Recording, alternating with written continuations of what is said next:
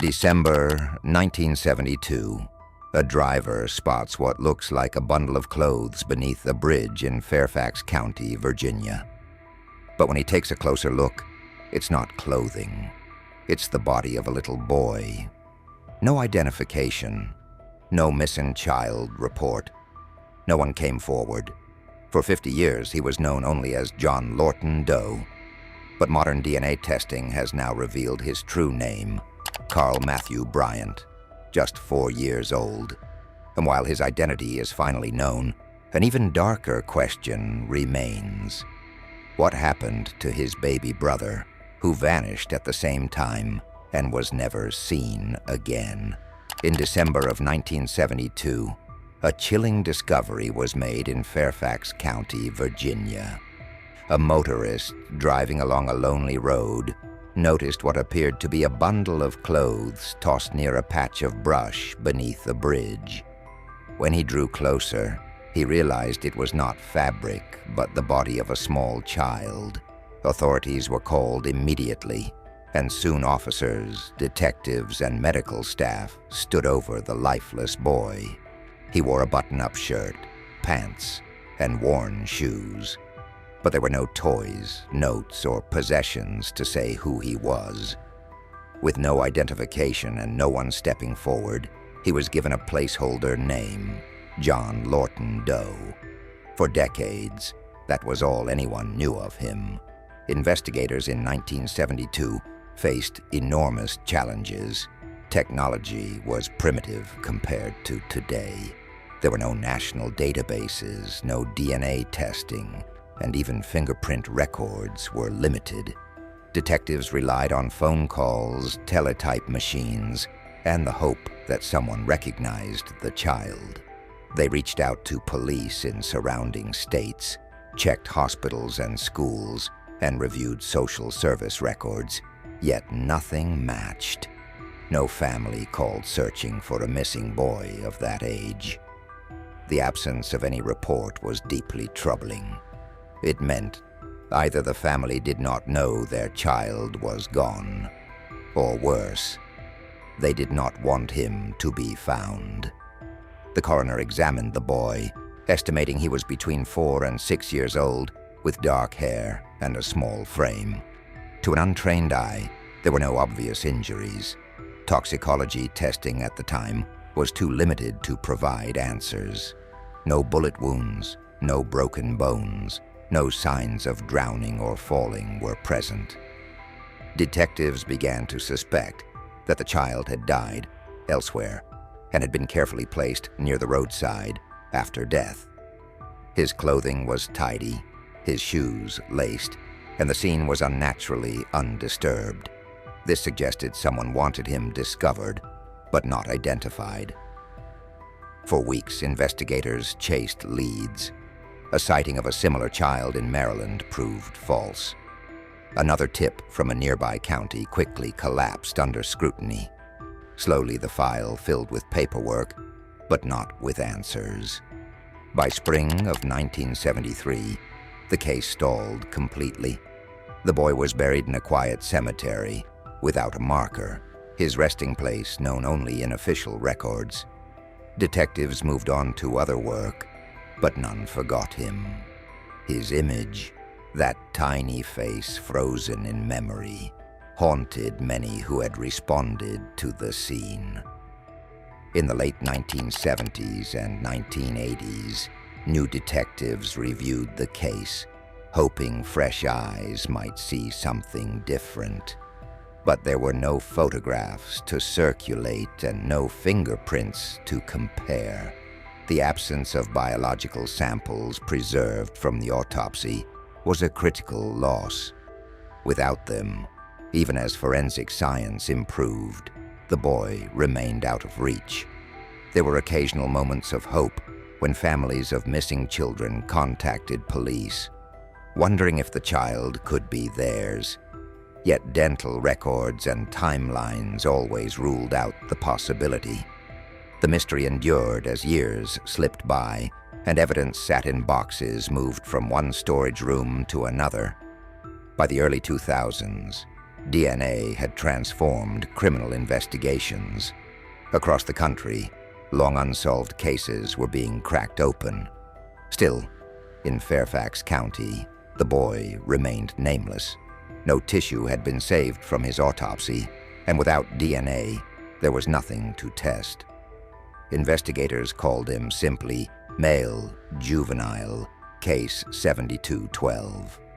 In public memory, he became known as the little boy by the road. His story seemed destined to remain unanswered. Then came a turning point. By 2022, advances in forensic genealogy were proving that even degraded samples, sometimes just fragments of hair, could be enough to reveal family links. Detectives in Fairfax County decided to try again. In early 2023, permission was granted to exhume the remains of the boy who had waited 50 years for a name. What followed was painstaking work by forensic genealogists who traced strands of DNA through family trees. Piece by piece, the picture became clear. Finally, after half a century, the boy was identified as Carl Mathew Bryant, a child from North Carolina. Carl had turned 4 only weeks before his life was taken. The cause of death was now determined to be blunt force trauma. The discovery was both heartbreaking and relieving. He was no longer an unknown child buried in silence. He had a name, a history, and relatives who could finally know what had become of him. Detectives who had carried the case across generations felt the weight lift slightly, though the story was not complete. With Carl identified, another troubling mystery emerged. What had happened to his baby brother, who vanished around the same time? The quiet road in Fairfax County had held its secret for 53 winters. For half a century, no one knew who the child was, why he had been left alone, or why no one had come searching. Thanks to science, persistence, and the dedication of investigators who refused to let the case go, the boy by the road was no longer faceless. His name was Carl Mathew Bryant.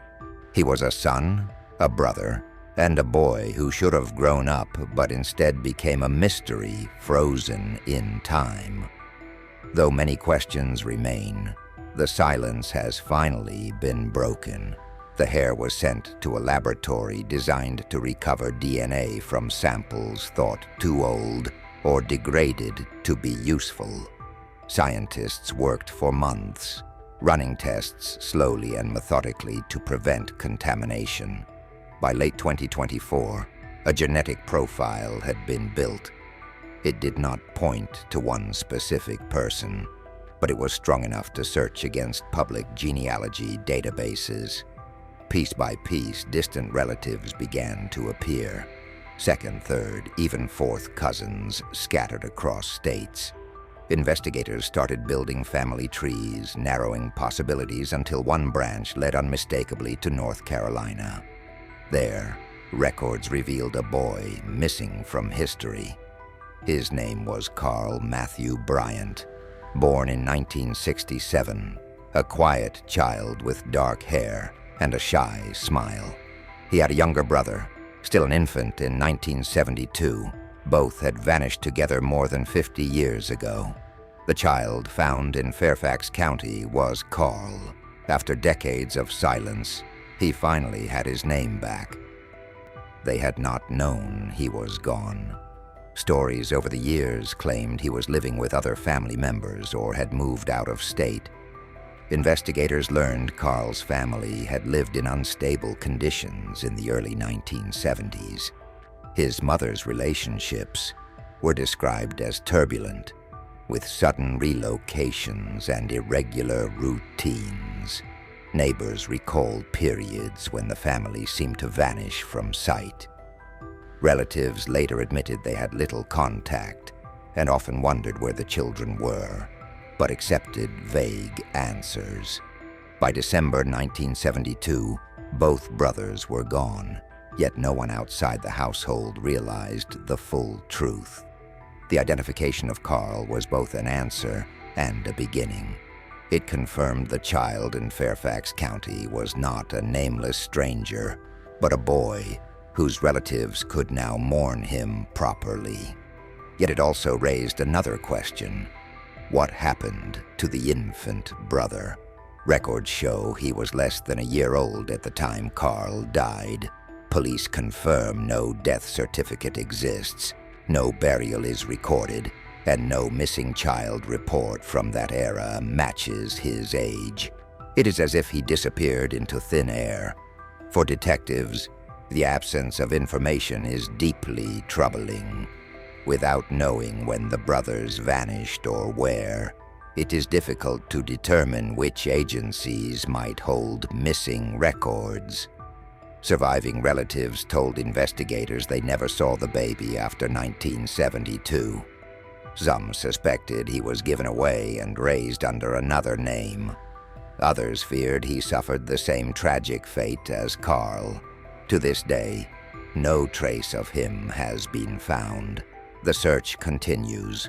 Forensic genealogy may one day provide a lead, just as it did for Carl, but it requires either preserved biological evidence or cooperation from living relatives. Until then, the infant's fate remains one of the darkest unanswered questions in the case. The original autopsy was unable to establish how he died, and after so many years, evidence that might have explained the truth has been lost to time. Investigators still do not know where Carl spent his final days, who last saw him alive, or why his body ended up in Virginia. They do not know who placed him by the road or what role, if any, others may have played. The lack of records from North Carolina during that period complicates the search. Many potential witnesses have passed away. Others may still hold information but have never spoken. Detectives hope that with Carl's identity revealed, someone might come forward with memories long buried. For them, each unanswered question is not only a gap in history, but a barrier to justice. Today, Fairfax County Police ask for help.